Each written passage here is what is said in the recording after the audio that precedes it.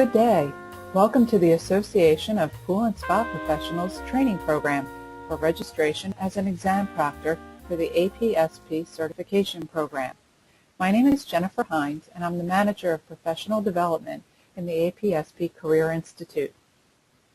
As part of our update of the certification program, completion of this program is mandatory prior to you being authorized to proctor any of our examinations. We appreciate your interest in the program and your willingness to provide assistance in the proper administration of the exams. Our agenda today will cover a variety of topics and should take about 45 minutes to complete. First, I'll provide a brief overview of the APSP certification program to provide some context for the value and importance of the certification exams and the program as a whole. Then I'll take you through the exam administration process. If you've proctored high-stakes assessments in the past or other exams, you're probably familiar with many of these exam protocols. But please bear with me and go through the program methodically so you are well-versed on the particulars as they relate to our program. We'll talk about exam room preparation, the check-in process, the manner and delivery of instructions, how to conduct active proctoring during the exam, and what to do if some unlikely circumstances present themselves. And we'll talk about wrapping up the exam, the safe return of the test materials, and some post-exam details. So let's get started. The APSP certification program has been in existence since the late 1980s. Countless volunteer and staff hours have gone into the development and maintenance of the certification programs for pool building professionals and pool service professionals. On the service side, we certify maintenance specialists, service technicians, and service professionals. Formerly known as Tech 1 and Tech 2, the maintenance specialist and service technician certificates are new certifications for us. Individuals new to the industry will generally start with the maintenance specialist program and work their way up over time to the service professional designation. However, an individual with the necessary experience and continuing education credits may test at the highest level without passing through the first two. Each certificate program stands on its own. As for the Certified Building Professional designation, an individual interested in testing for this certification must have the requisite experience and continuing education in order to qualify.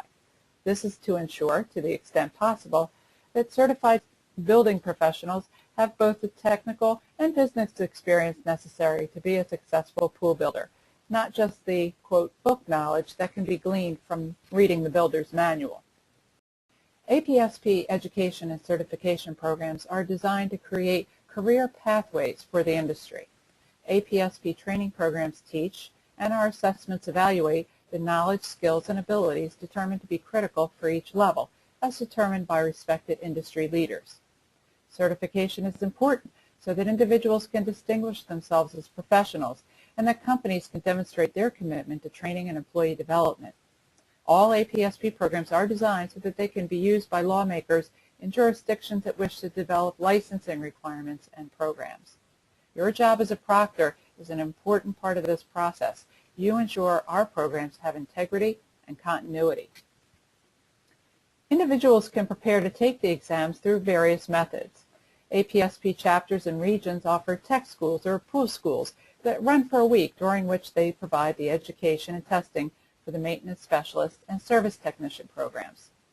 Those interested in sitting for the Certified Building Professional and Certified Service Professional exams can attend a prep course sponsored by APSP to get a final review before taking the exams. APSP also offers the option of completing the maintenance specialist education via correspondence course, followed by testing. And of course, knowledge gained on the job and through reading our technical manuals is invaluable in preparing for the exam. The APSP program also recognizes the value of continuing education offered by other industry organizations, as well as former college, university, and trade school programs. Now, let's talk about your specific responsibilities as an exam proctor for any of these exams.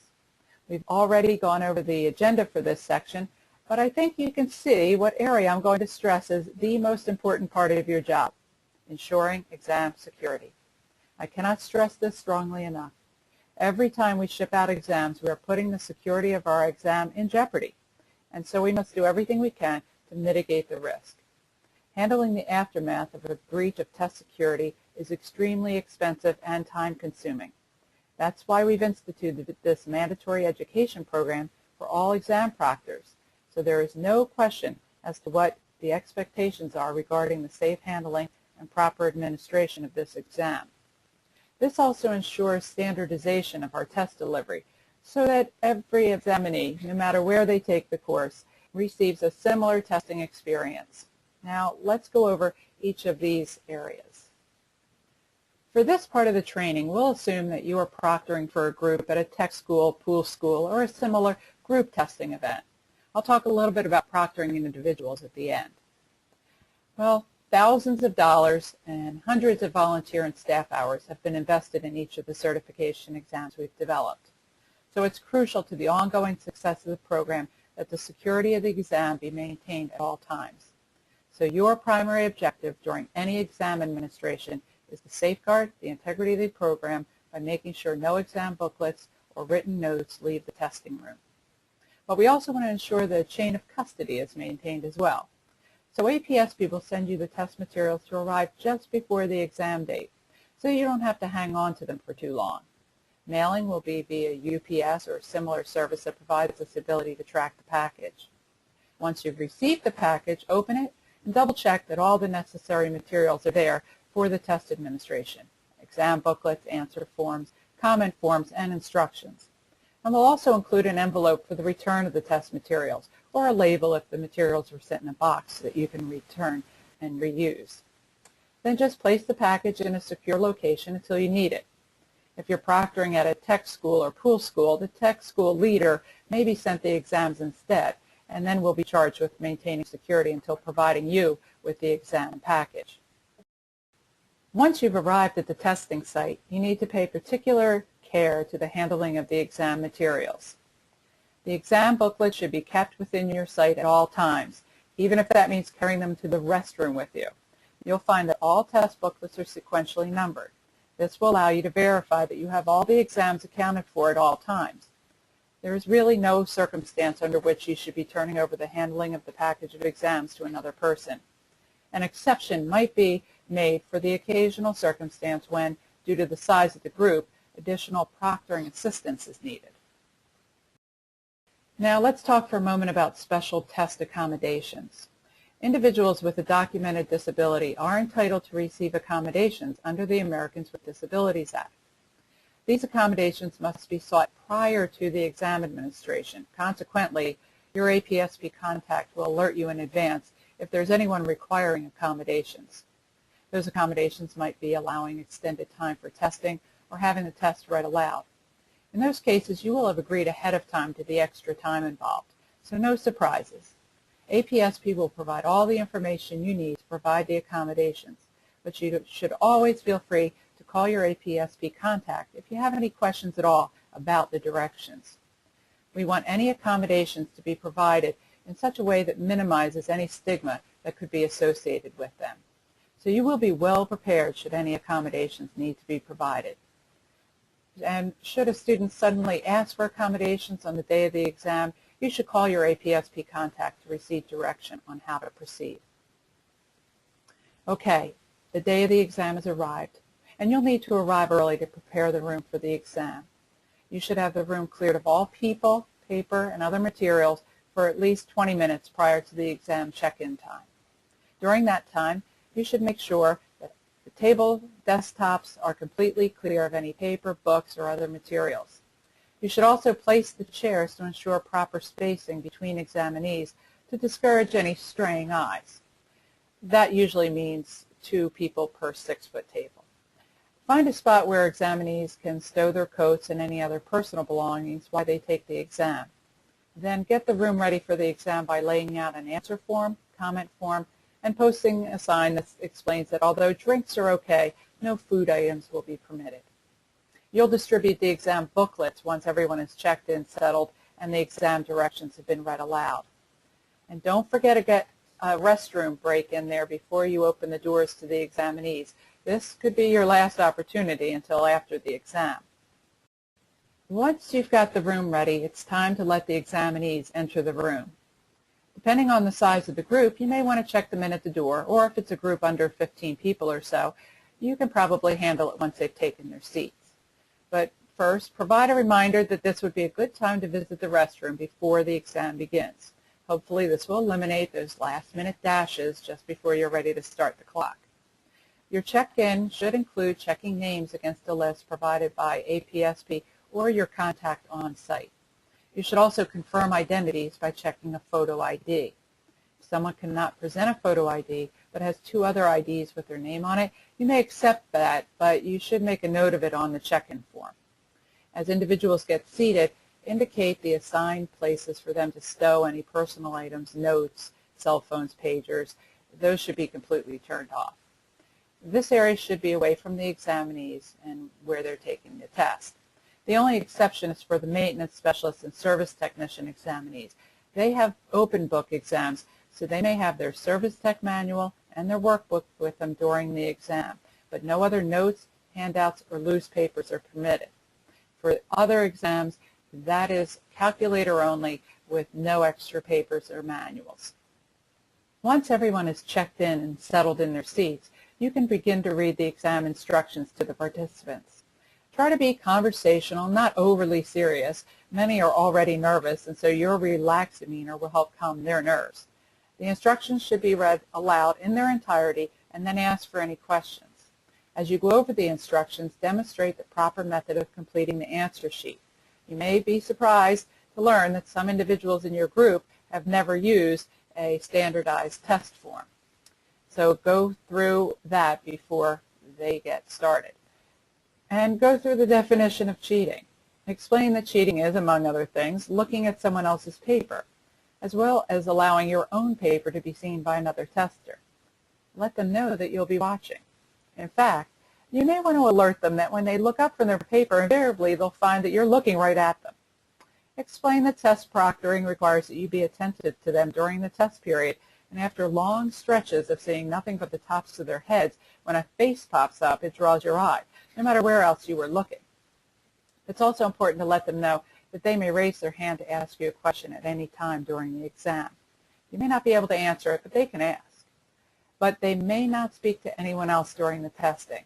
Now, don't be surprised if you see people who appear to be talking. Likely they're just reading the question softly aloud to themselves. That's okay, provided it doesn't seem to be disruptive to their neighbors. Also let them know that they may not take any notes during the exam or remove any paper from the exam room. They're welcome to make comments on any of the questions on the comment form, but even those are collected at the end, regardless of whether comments were even written. Finally, let them know that the preliminary results will be provided to the exam coordinator or sponsor within 5 days of the receipt of the exam materials back at APSP. Written results will be mailed to participants directly within 3 to 4 weeks of the test date. Active proctoring. What does that mean? Well, that means that you're actively engaged in the business of watching the examinees throughout the testing period. I'm sorry, it doesn't include reading a magazine or a book or surfing the internet because you think your group is, quote, good. You are expected to circulate throughout the room during the exam, glancing at the answer sheets to ensure they are being filled out properly. If you find someone who's not completing the form properly, please provide an immediate alert to them and guide the examinee in the correct process. Under no circumstances, however, should you suggest to an examinee that he or she re-examine a particular question or reconsider a particular answer. You may answer questions posed by examinees if they're purely for clarification of a word or statement. You may not offer any comment that would assist them in gleaning the correct response. Finally, you are required to remain in the testing room until the last examinee is finished. If the examination is 3 hours in length and you anticipate you'll have need of a restroom break, make arrangements ahead of time with the event sponsor to have a temporary proctor step in and cover your group while you step out. But your break should be restricted to just the restroom. Smoke breaks or breaks to go get food are not permitted. As the exam progresses, you should be offering regular time checks every half hour. During the final hour, you may want to give quarter-hour time checks so they can pace themselves to the end. Let the examinees know at the beginning that they should raise their hand to indicate when they've completed the exam and are ready for it to be collected. When you see that, go to the examinee and collect all the test materials. This should include the test booklet, the exam answer sheet, the comment sheet, and a pencil if you provided it. Look over the answer sheet while you're standing there to ensure all questions have been answered. Leaving a blank is the same as a wrong answer, so encourage them to provide a response to every question. Nobody is permitted to take any notes away from the exam outside the exam room, so be sure all paper distributed at the beginning comes back at the end. And don't allow yourself to be rushed when multiple people finish simultaneously. Take your time and be methodical. They can wait an extra minute. And if you find the examinees are standing around outside the testing room while the exam is still in progress, just put your head outside in the hallway to disperse them so that they don't provide any distraction to those that are still finishing. And as time comes to a close, give a final wrap-up opportunity and then collect all test materials.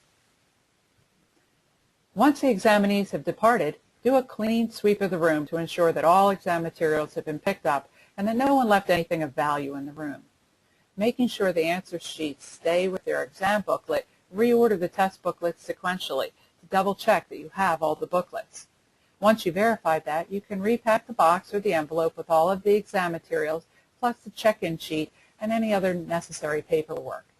If a tech school coordinator gave you the test packet, please return it to that person for shipping. Otherwise, you're responsible for shipping the exam materials within 24 hours, unless the exam date falls on a weekend when no pickup will occur. Please be sure to safeguard the package as you have all along until you've handed it off to the shipper. Now let's talk about some situations that might arise while you're giving the exam. We can't necessarily anticipate all the potentialities, but we can cover the most likely. First, what to do if someone needs to use the restroom during the exam.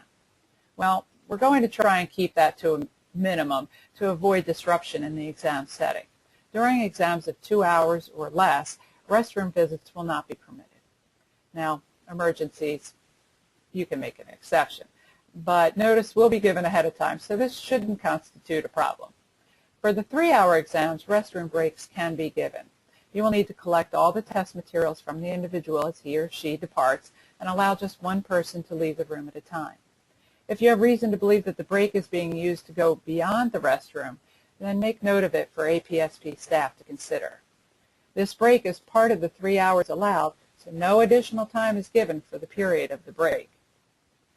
Many test administrations will take place in hotel meeting rooms or other public buildings, so the possibility always exists for a fire alarm to go off. Should that occur, you should immediately gain control of the situation, requiring the participants to listen closely to your instructions. You don't want everyone leaping up and running out the door. You should quickly instruct them to place their answer sheet and comment sheet inside their test booklet, ensuring that their name is on all items. Then you should collect the materials as they remain in their seats. Once the booklet is collected, they may line up at the exit. Ask that they all remain silent during their exit and while they wait outside for the situation to be cleared. You should place all test materials in the box or envelope and carry it with you as you depart the room. Stay with your group and provide clear reminders that test conditions are still applicable and silence should be observed. Once the all clear is given, return to the room, settle everyone, and distribute the exam materials back to the participants. Restart the time from where you ended prior to the alarm going off. Obviously, part of your job is to watch for anyone attempting to cheat off someone else's paper. But depending upon how closely situated examinees may be, it is possible that an innocent glance could be mistaken for cheating. And sometimes examinees glance over at a neighbor's answer sheet simply to see how far along they are, perhaps as a gauge for where they should be. So don't overreact. If you do see someone looking at their neighbor's exam and it does seem to be more than a casual glance, go immediately to that individual and quietly provide a brief verbal warning that it's important to keep his or her eyes directed strictly to their own paper. This will solve the problem in 95% of the cases. Should you see it again, you should take steps to move those individuals apart from one another. Perhaps someone has already finished the exam and departed and some extra space is available. If so, use it. If you can't move the individual, provide a second warning and let him or her know that if it occurs again, they will be asked to leave the exam room. You may want to place yourself in a closer proximity to this individual to serve as a very visual reminder. And of course, if it happens again, you will need to ask the individual to hand in the exam and all other materials and leave the room. Once the exam is over, just document the situation in a written description of the events and send it in with that exam. And finally, be alert to the possibility that the neighbor is actually allowing his or her exam to be seen by this individual doing the looking. This is also cheating, and if you see this occurring, both parties should be warned and then removed if the behavior continues after the second warning. What to do if someone not testing asks to look at the test booklet? Yes, that can be a delicate situation. You may get that request from an instructor who's a very valued and ethical volunteer. They're curious. Well, no matter the situation, the answer to this question is easy. And the answer is, I'm sorry, the exam may only be viewed by those registered to take it. In order to maintain the integrity of the exam, you must say no, no matter how benign the request may seem. Use your APSP staff contact as the bad guy if you need to in this situation, and refer anyone who disputes your decision to that contact person. Although very rare, there may be a situation in which there are so many questions being asked of you that you feel you aren't providing the adequate level of oversight of the rest of the room as you answer these questions. Or, even rarer, you may find that the group starts to chat among themselves when they see you're involved in answering a question for an examinee. They will see it as cover for a quick chat with their neighbor. Perhaps on nothing more than noting how hard the test is, but it could become an exchange of information that would be inappropriate. So whether there's a deliberate effort afoot to distract you from your duties, or you just happen to get a group with a lot of questions, you should treat them the same.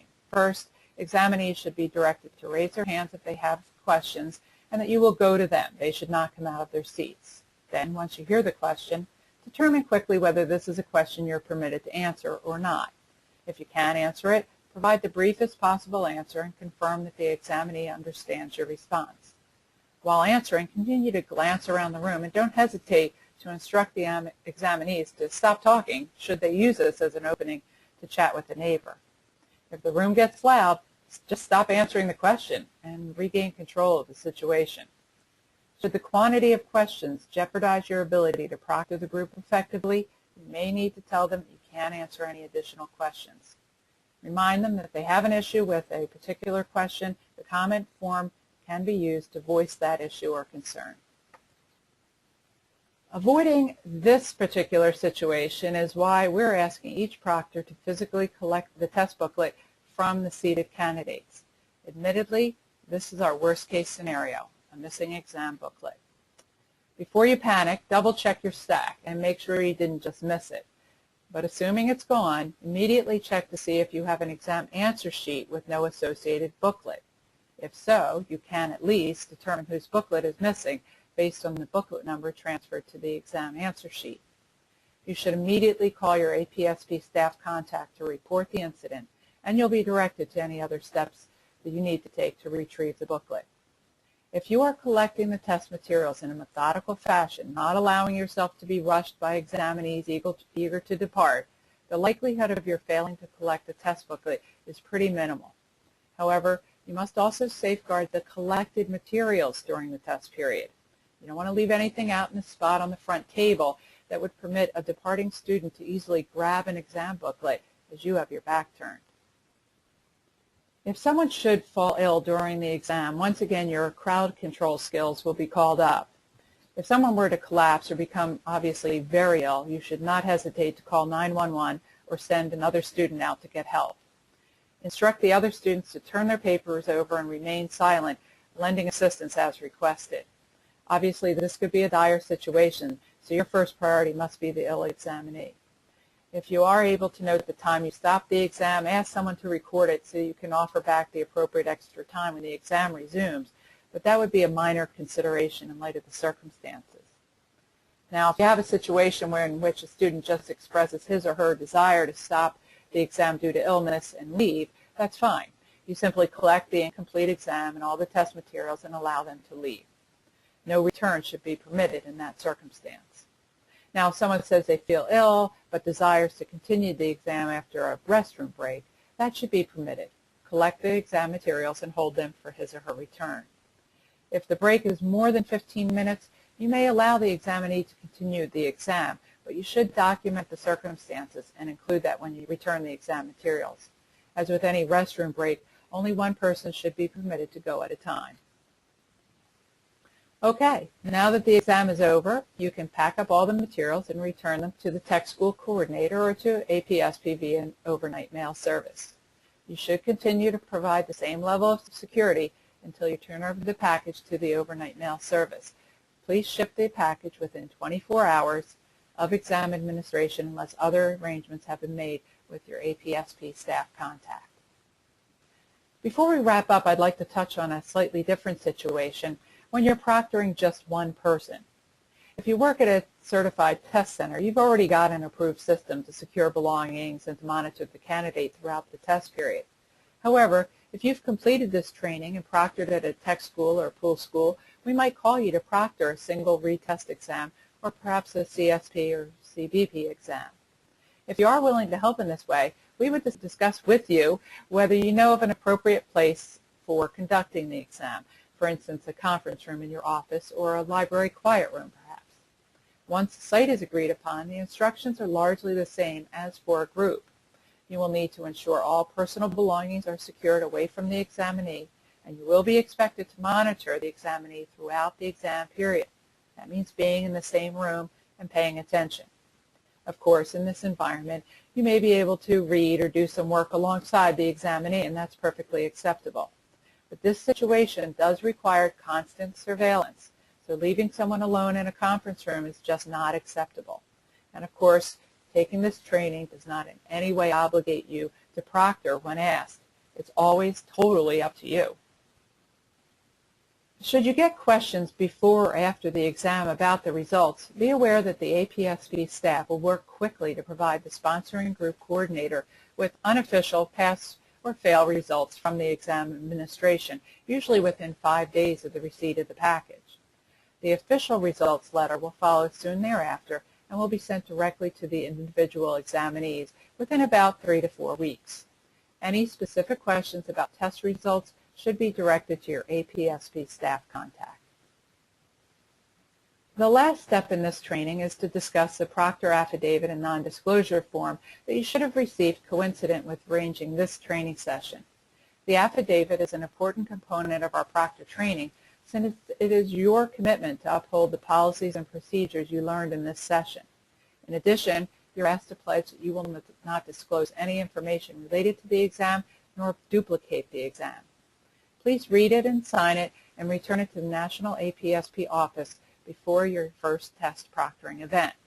Probably best to do it as soon as you finish this particular training. Well, that's it. I think by now you've gotten the message that preserving the security of the exam should be your top priority. If taking the exam package under your arm to the restroom seems excessive, well, better that than making the call to APSP that the exam on top of the pile in your box was lifted while you were in the restroom. Thank you very much for going through this course and for your assistance in administering our certification program. We look forward to your involvement with the APSP certification program and Career Institute. Thank you.